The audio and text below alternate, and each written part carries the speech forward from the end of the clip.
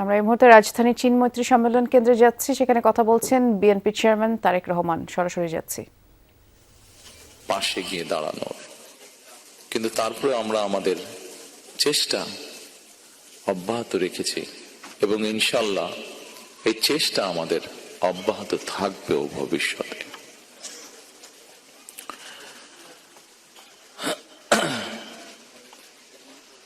প্রিয় স্বজন হারা পরিবারের সদস্যবৃন্দ, ফ্যাসিবাদী শাসন আমলে আমাদের হাজার হাজার নেতাকর্মীকে অত্যাচার, নির্যাতন,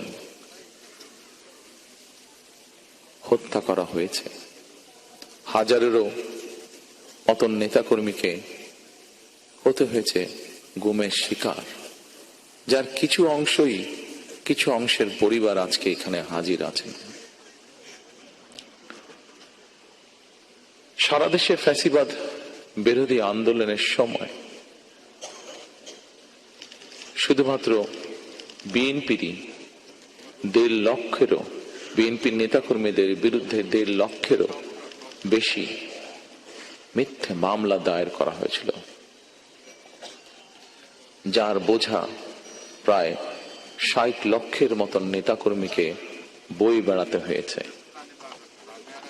এর ভেতরে লক্ষ লক্ষ নেতাকর্মী বছরের পর বছর, মাসের পর মাস, সপ্তাহের পর সপ্তাহ, দিনের পর দিন ঘর বাড়ি ছাড়া থাকতে হয়েছে, স্বজন হারা থাকতে হয়েছে, স্বজন থেকে দূরে থাকতে হয়েছে। এসব বিভীষিকাময় দিনের বা রাতের অবসান হয়েছে।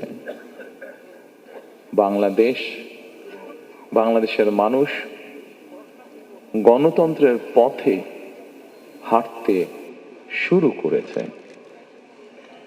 যেসব মানুষরা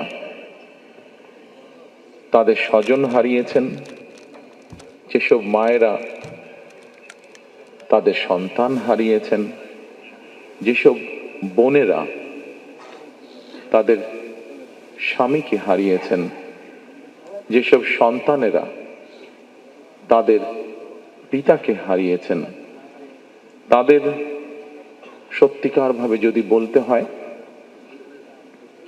আসলে আপনাদেরকে সান্ত্বনা দেওয়ার মতন ভাষা বোধহয় আমাদের কাছে নেই।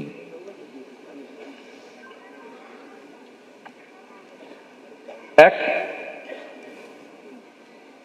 দুঃসহ সময় আমরা অতিক্রম করেছি। এই দুঃসময়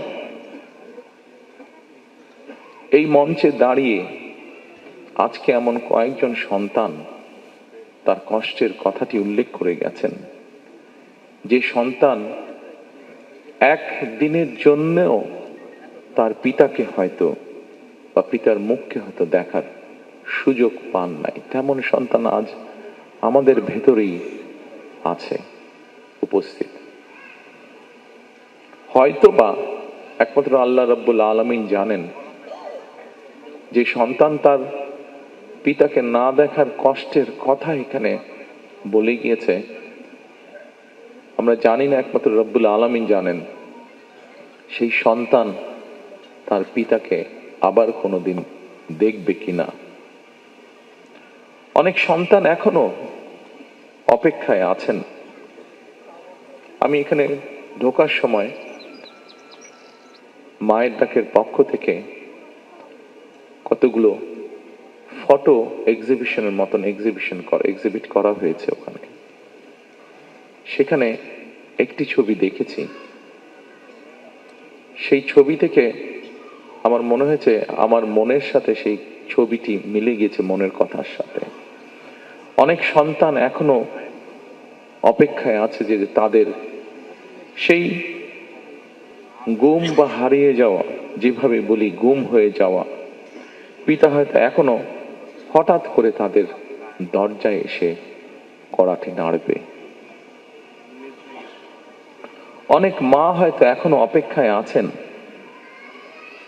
তার গুম হয়ে যাওয়া প্রিয় সন্তানটি হঠাৎ করেই মায়ের সামনে এসে হাজির হয়ে মা বলে ডাকবেন।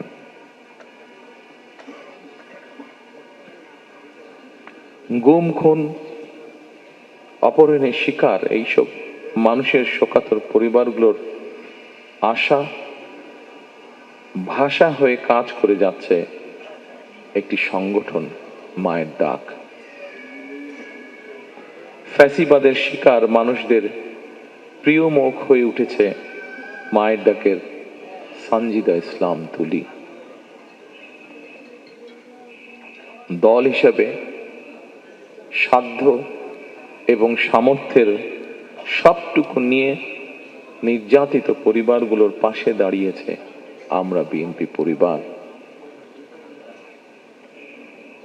প্রিয় স্বজনহারা পরিবারের সদস্যবৃন্দ, ১.৫ শতকেরও বেশি সময় ধরে ফ্যাসিবাদ বিরোধী আন্দোলনের তীব্রতা কখনো কখনো হয়তো কিছুটা স্তিমিত হয়েছে, কিংবা আন্দোলন কখনো তুঙ্গে উঠেছে, এবং এই আন্দোলন করতে গিয়ে বছরের পর বছর ধরে অসংখ্য গুম, খুন, অপহরণ, মিথ্যা মামলার হয়রানি, নির্যাতনের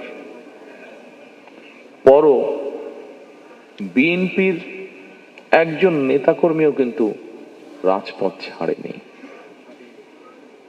একই পরিবারের এক ভাই গুম হয়েছে, আরেক ভাই গিয়ে তার জায়গায় পরের দিন রাজপথে আন্দোলনকে আরো তীব্রতর করার প্রতিজ্ঞার শপথ নিয়ে দাঁড়িয়ে গিয়েছে। কৌশলের নামে গুপ্ত কিংবা সুপ্ত বেশ ধারণ করেনি বিএনপির কর্মীরা।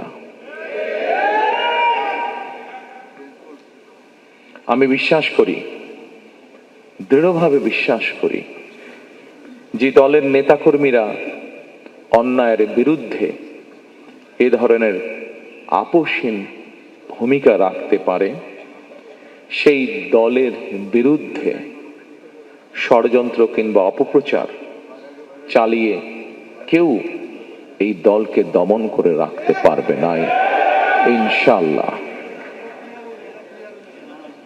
ফ্যাসিবাদী আমলের নির্যাতনের শিকার আমার সামনে বসা হাজারো প্রিয় মুখ, আপনাদের আত্মত্যাগ, আপনাদের বুক ভরা কষ্ট, আমরা যারা আজ পেছনে রয়ে গিয়েছি, আমরা আমাদের সর্বশক্তি দিয়ে চেষ্টা করব যাতে এটি বৃথা না যায় ইনশাআল্লাহ।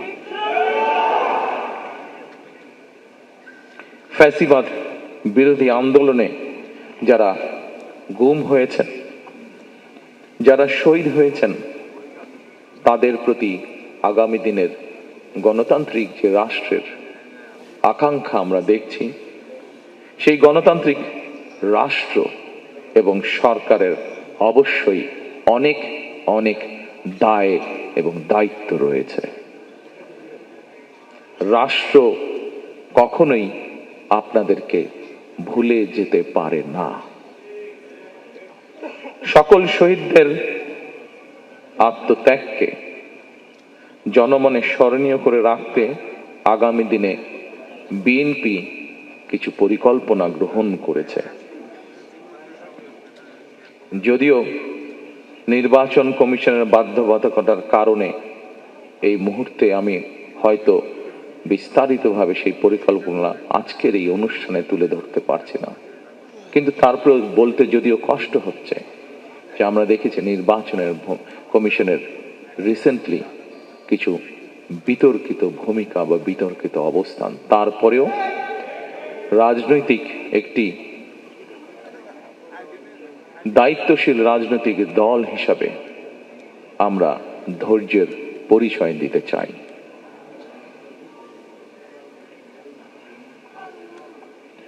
তবে প্রজন্ম থেকে প্রজন্ম ধরে গণতান্ত্রিকামী মানুষ যেন এই শহীদদের